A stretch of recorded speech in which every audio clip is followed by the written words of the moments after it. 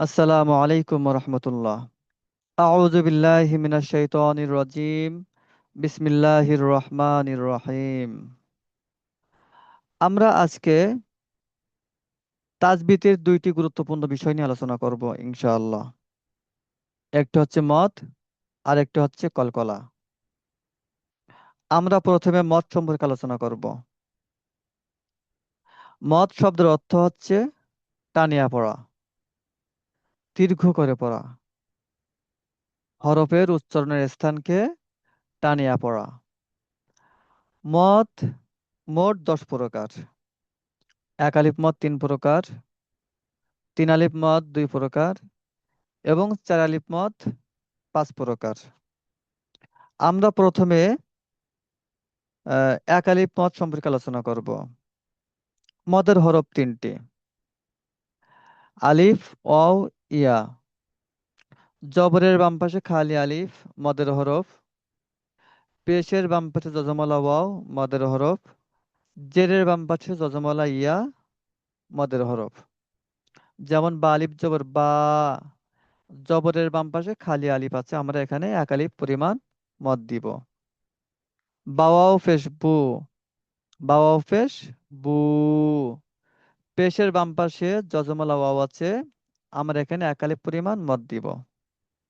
বা ইয়া জের বি, জেরের বাম পাশে যজমলা ইয়া আছে, আমরা এখানে এক আলিফ পরিমাণ মদ দিব।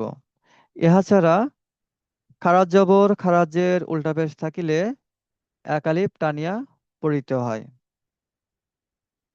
মদ্দে লিন, লিন হরফের মদ্দে লিনের হরফ 2টি: ওয়াও এবং ইয়া।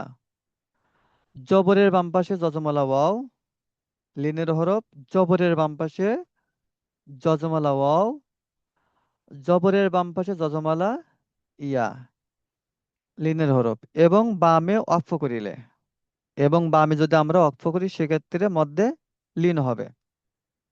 মধ্যে বদল, হামজা হরকতের সঙ্গে এক আলিফ টানিয়া পড়াকে মধ্যে বদল বলে।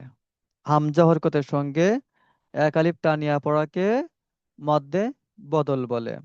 মধ্যে লিন আমরা আগে জেনেছি, আহ জবরের বাম পাশে মধ্যে লিনের হরফ এবং বামে অক্ফ করিলে এক আলিফ টানিয়া পড়িতে হয়। আমরা এখানেও দেখতে পাচ্ছি জবরের বাম পাশে যজমালা ওয়াও এবং বামে অক্ফ করেছি, যেমন খাউফ, বাইত। তিন আলিফ মদ 2 প্রকার: মধ্যে আরজি, মধ্যে মুনফাসিল। মধ্যে আরজি মদের হরফের বামে অক্ফ হইলে, অর্থাৎ মদের হরফের বামের হরফে আমরা যদি অক্ফ করি সেক্ষেত্রে আমাদের 3 আলিফ পরিমাণ মদ দিতে হবে। যেমন আলামিন। জেরের বাম পাশে যজমালা ইয়া, মদের হরফ, এবং বামের হরফে আমরা অক্ফ করিতেছি, এজন্য আমরা এখানে 3 আলিফ পরিমাণ মদ দিব। ইয়ারজিউন, পেশের বাম পাশে যজমালা ওয়াও এবং বামের হরফে আমরা অক্ফ করেছি, এজন্য আমরা 3 আলিফ পরিমাণ মদ দিব।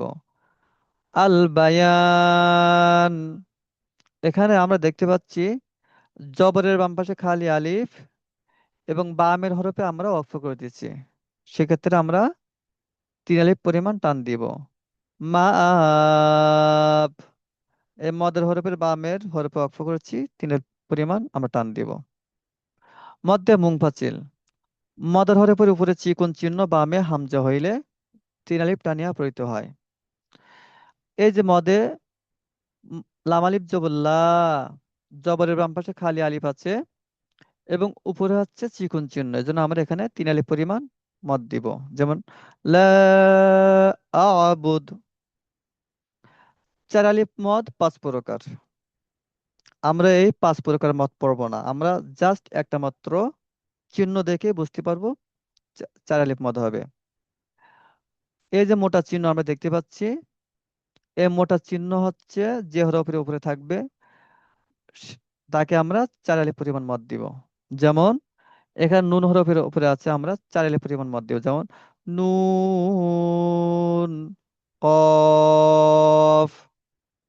আবার এখানে আছে আলিফ লাম মিম ত সিম মিম।